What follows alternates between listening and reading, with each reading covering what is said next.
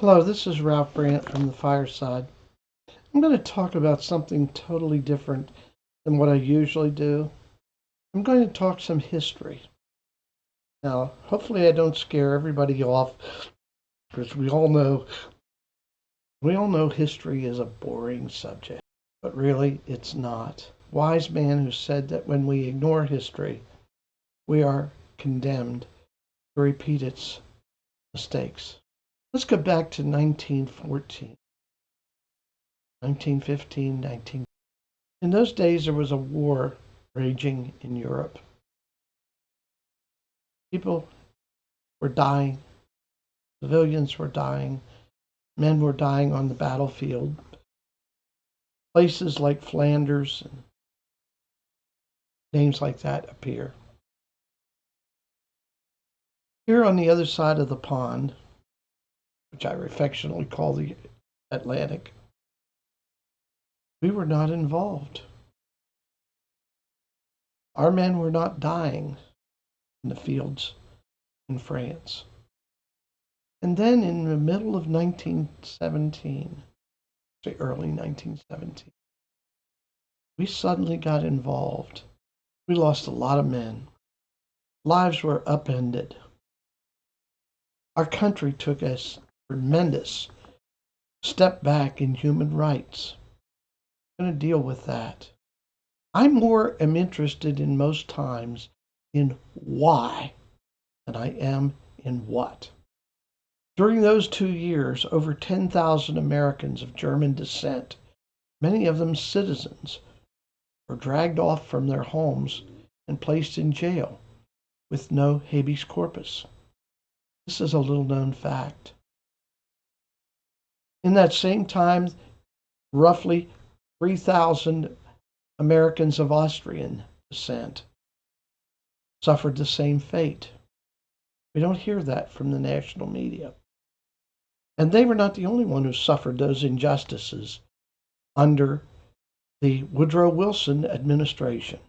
So what happened between 1914 and 1916 to get us involved in that terrible shooting match called World War I?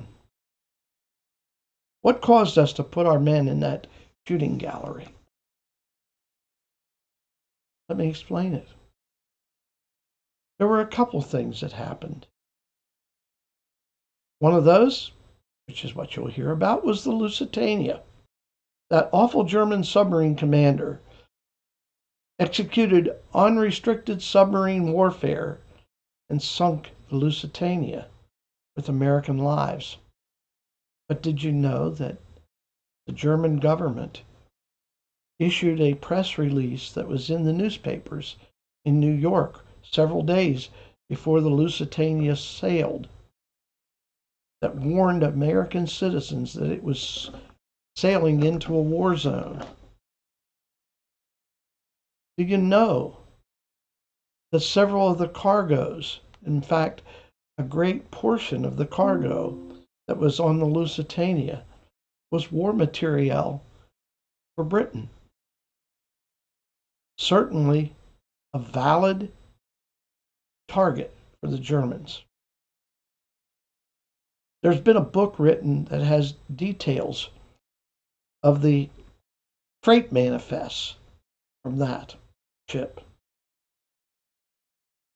Tons of gun cotton, tons of brass rods needed to make bullets and bullet casings. In fact, several tons of 30 caliber bullets already formed, and a few other things that fit the same criteria. They have either little or rare use for anything except war materiel. It is believed that the German torpedo did not do enough damage to sink the Lusitania, but the explosion of the gun cotton when it got wet, which does happen, caused the Lusitania to go down. And by the way, the Lusitania sunk about a year before we entered the war.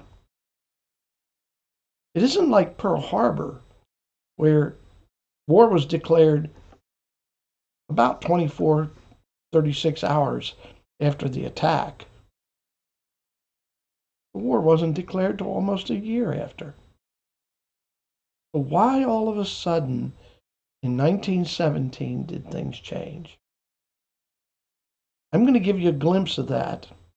And I want you to step back and remember the gun cotton and other things that were being shipped from here. Our industry was supplying the Brits and the French war effort. When you make munitions, you don't make munitions unless there's a profit. And although it was not the only company making a profit, an organization called DuPont was producing some of those supplies. By the way, so were many of the metalworking industries in the United States. And I'm not just up as well on the names. We were afraid that that illicit trade would go away. Somehow, Woodrow Wilson was pressured into this. One of the things he did prior to that was create the Krill Committee. This was officially called the Committee on Public Information. It was a propaganda campaign that would have made Hermann Goebbels of the Nazi regime proud. It painted anything German as evil.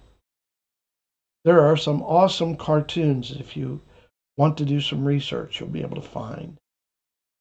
And it became so bad that German Americans were dragged out of their homes by neighbors because they thought they were sympathetic to the German war effort. Think that's not true? Look at my last name, Brandt, B-R-A-N-D-T. It retains the original German spelling. And by the way, almost all of my ancestors, going back as far as I can, and some of those are into the 1400s, are looking like they're 100% German.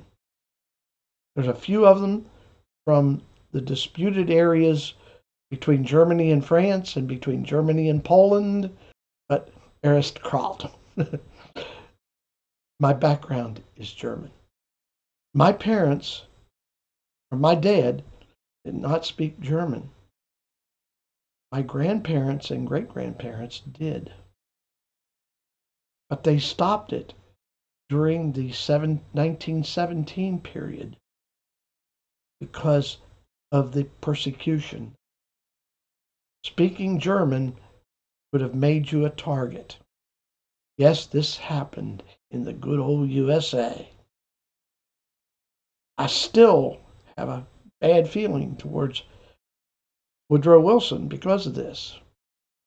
Had my grandparents not taken that action, and I might say for good reason, my dad might have been bilingual, and I might have been bilingual. And when I hit Dr. Wagner's German class, I'd have probably been able to breeze through it instead of sweat bullets. Yes, this happened in the good old USA. German festivals ended. German magazines ended. German language newspapers ended during this time. And German went from being the most taught non-English language in the United States to only a few schools here and there teaching it by 1900.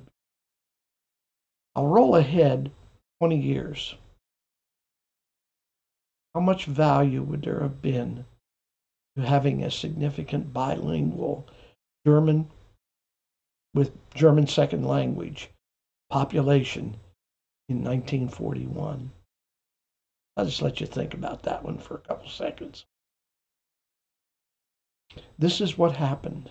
Somehow, the Wilson administration was able to whip up enough anti-German sentiment for us to enter the war.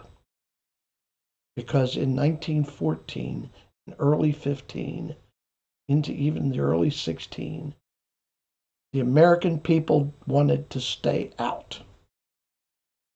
Getting involved in a war in Europe would have been terribly, terribly unpopular. Somehow, the military, the press, and the government preached a doctrine that changed the American people. Now let's roll ahead to about 1938.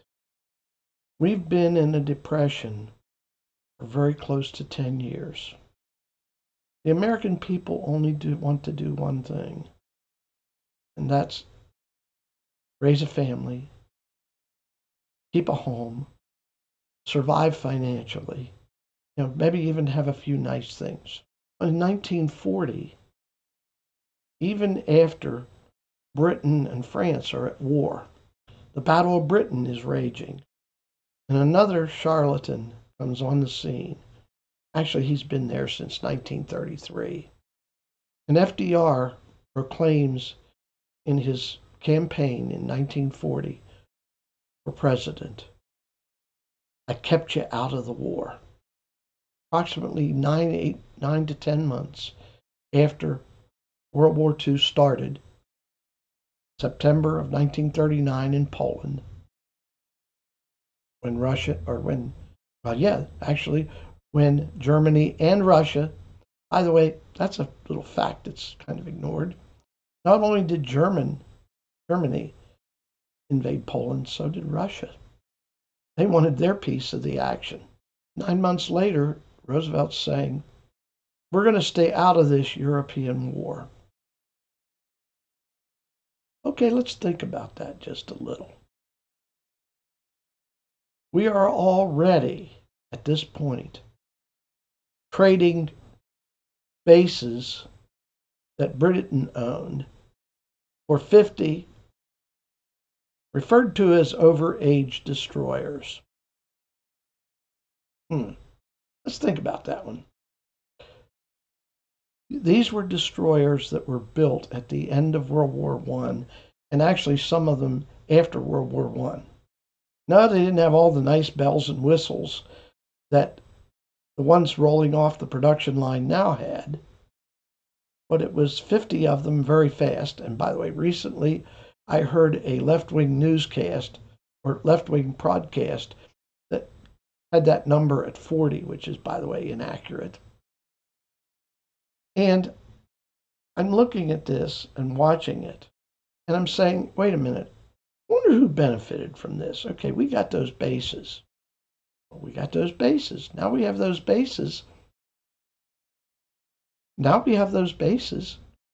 We have to put manpower, ships, material, logistics there, maintain them. So those bases are not only an asset, they are a liability. What about the British? Suddenly, they do not have the bases, also do not have the liabilities.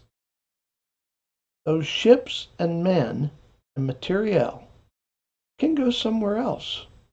Are they going to go off and just sit and twiddle their thumbs? Or are they going to go off and increase the British war effort against the Germans? I want to think about that for a couple seconds. These are things nobody is talking about. Personal opinion, the British benefited more than we did. The British were strapped for manpower, ships, logistics, materiel. What's another couple hundred men or a couple thousand on a battlefield somewhere in North Africa mean? I guess that would help. Even under an incompetent general like Montgomery, it would help. If you can overpower the enemy, the general doesn't have to be very good. Oh, well. But Roosevelt was telling us we were going to stay out of this war. Meanwhile, he expanded the line that we were going to defend across the Atlantic and told the German submarines to stay out of there. That freed British ships to cover the approaches to Britain. Now, we sort of had this little thing that we would only fire on a German submarine if we were fired on. I can tell you that that gets subjective. And there were a couple times when it kind of hard to say whether the German submarine fired first or not. But let's just assume that those were all okay. But we're now defending British convoys. Now, I know we're not shooting first, but you've got a ring of destroyers around a convoy. It makes it more difficult, even if they're not shooting, for the Germans to get in. That's number one. Number two, you have an American vessel out in the middle of the ocean or an American plane flying patrol, and he spots a submarine. Should we pass that word to the British? If we are neutral, if we are legitimately neutral, passing that information is really not a good thing. We did it. We did it time and again. How does that help the British? Well, let's suppose that you've got this latitude and longitude that you've just reported a German submarine. He can only steam a certain circle around that within a day's time. If you have a British convoy that's going to cross that area in that period of time, you might just have them bend their course north or south a little and take them out of his range. And then again, if it's far enough out, you might be able to call in a German warship from a convoy and have them go after him. Or a British Sutherland bomber who might create a headache for that submarine. It was called everything short of war. I'm going to say something. I have another podcast about that, but it doesn't go to this depth on these things. When you commit everything short of war, there's a place where you cross the line. I'll be very honest with you. In both wars, we crossed the line at least a year before we were in. If you think about that, in World War II, a year before we got in was December 1940. And 2 years before we got in was December 1939, and the British were fighting at that point. I am not discussing the rightness or wrongness or the prudence or the validity of us entering those wars, or of the valor of men who fought in them. That latter one is absolutely uncontestable. But I am questioning the means and motives. I think men in Washington, D.C. were willing to lie and cheat to get us into that war. Okay, we've done all of this and we haven't gotten into the war.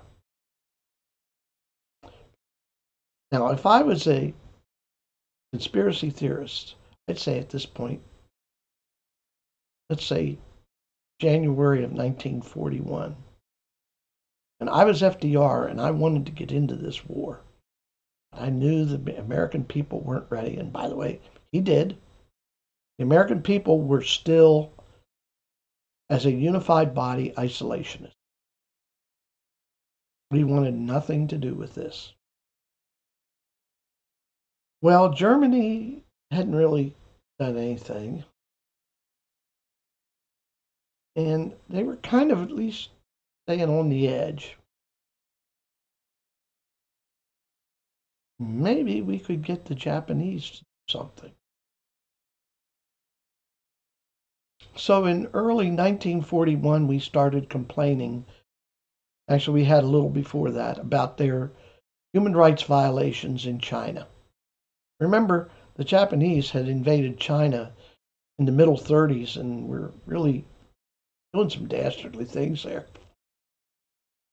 The rape of Dan King, they drove people into the river because a Chinaman wasn't worth a bullet. So let's see how we can get see how we can get the Japanese to attack us. The Japanese were dependent on us for oil. They realized that at some point we could really harm them by cutting off oil. Cut off oil exports to Japan. And now they are in a dire position. We also cut off scrap iron to them. Now we're hurting their war economy. And they've been looking at this southern expansion to go into the Dutch East Indies, for example, that was oil rich. If they could make that a part of Japan, they didn't need American oil. But there was a little problem. It was called the American Pacific Fleet. And at some point, the decision was made to attack the American Pacific Fleet, Pearl. And we all know that story. I don't need to talk about it. But I believe we pushed the Japanese to the point where they saw no alternative to bringing us into the war. And we got in. And I challenge you to go to the World War II Memorial in D.C. and look at that wall with stars. And each one of those stars represents 4,000. And I'd have to look that up again. We paid an awful price. We paid an awful price.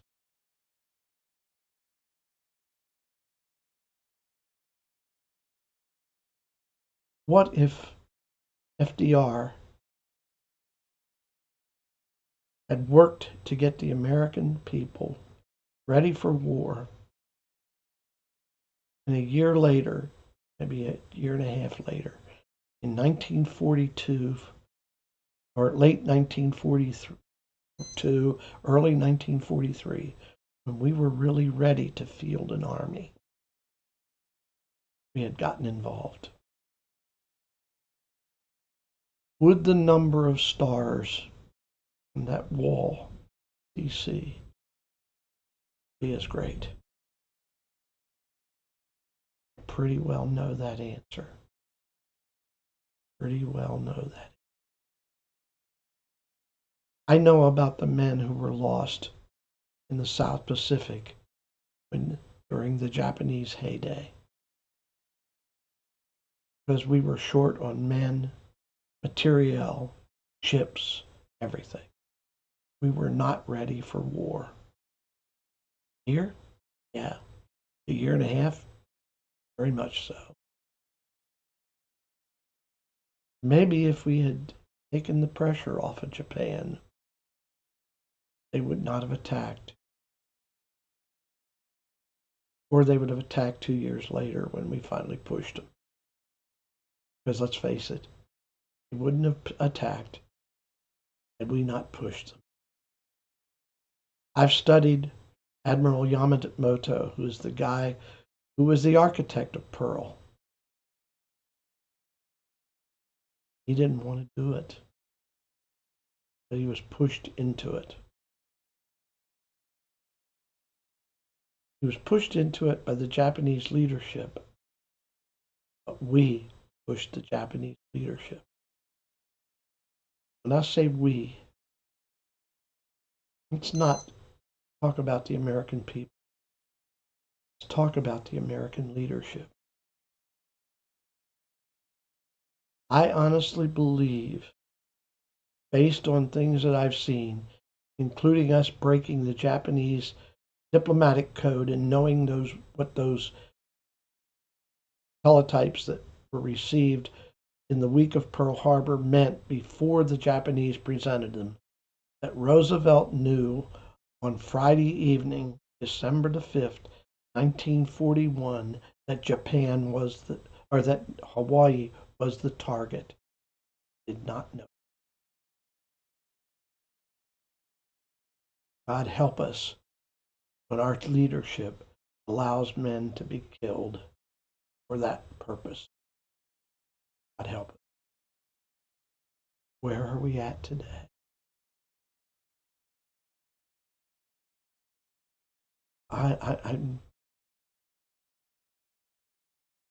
We have the Houthi rebels. We have Hamas. We have Hezbollah.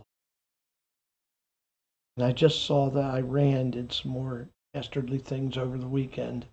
I really haven't even followed. But how many of those buttons are we pushing? Do we know? I don't.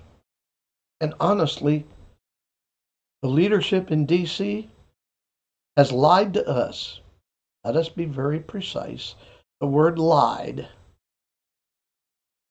is correct. That leadership has lied to us again, and again. It has been lying to us since January the 1st, 2021. I am almost at the point of 1 John that it says, the truth is not in them.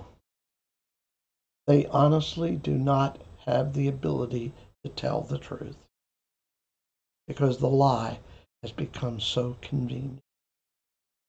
The lie has become convenient. I have watched these people before Congress. The economy is good. Go to the grocery store. I'm paying $1.60 for items that on January the 20th, 2021, I was paying 99 cents. Head of lettuce, $1.70. A box of macaroni, $1.69. And these were 99 cents or $1.09 in early 2021. They tell me that unemployment is down. But I look at another figure, and that's the number of people participating in working. And I'm appalled because that number is down. What that means is, yes, there are less people looking for jobs. But some of them have just quit looking for jobs and are living on the dole. This is not a sustainable economy. They keep referring to the word sustainability in environment, but they forget that there has to be sustainability in the economy too. And they have become so fixated on the environment and worshiping the EV. Dear God, they worship that thing that you cannot even believe any of the stories about it.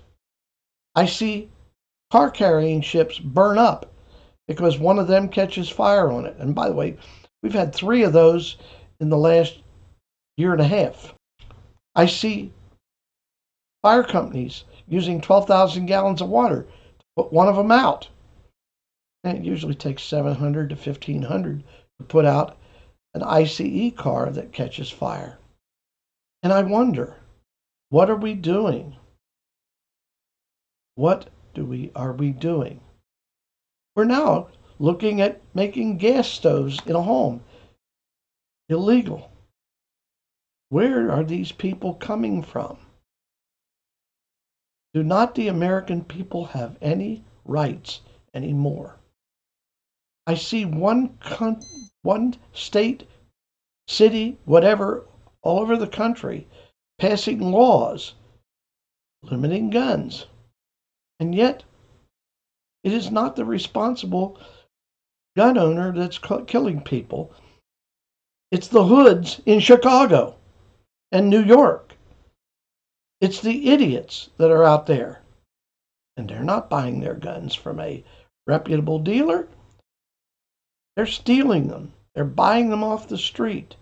They're having them brought in across the southern border, which, by the way, is now a running sore.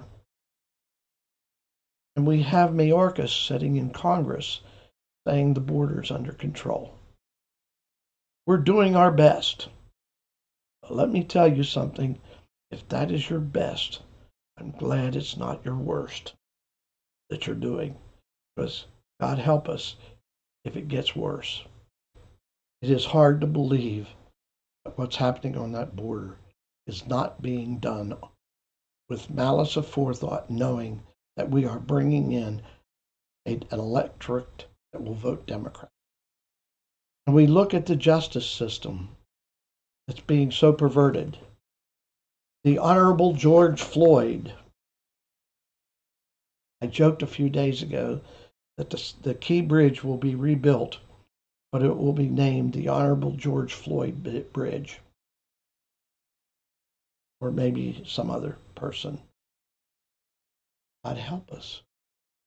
George Floyd was not an honorable person. I am not saying he should have died. But let us not attribute sainthood to someone who was far from a saint. This is what's happening. We go on the outside. We've seen Russian generals killed because we gave intelligence to the Ukrainians. This is an act of war. This is an act of war. And we've committed a few others, a few places. Remember that we have bombed sovereign territory of Yemen. I'm not questioning the right or wrong of defending ships in the Strait of Hormuz or the Bab el-Mandeb, but I am saying we have bombed a sovereign nation. If Mexico flew a few planes across the Rio Grande and bombed a portion of Texas, how would we take that? I think Mexico would be feeling some heat. And yet we bombed Yemen. It would have been one thing if we'd have gone to Yemen and say, those are a bunch of rebels out there, we'd like to take them out. And we'll help you take them out. Just let us know what to target. But we didn't. We just sneaked in at night with some stealth bombers. Dropped a few eggs on top of somebody's head. That's an act of war. And nobody's saying it. Nobody's saying it. I'm going to end here, but I'm going to simply say this. Most of what I have thrown out here are truths, are inconvenient. I will tell you, they are very inconvenient. So the next time we get together, this is Ralph Brandt from the Fireside.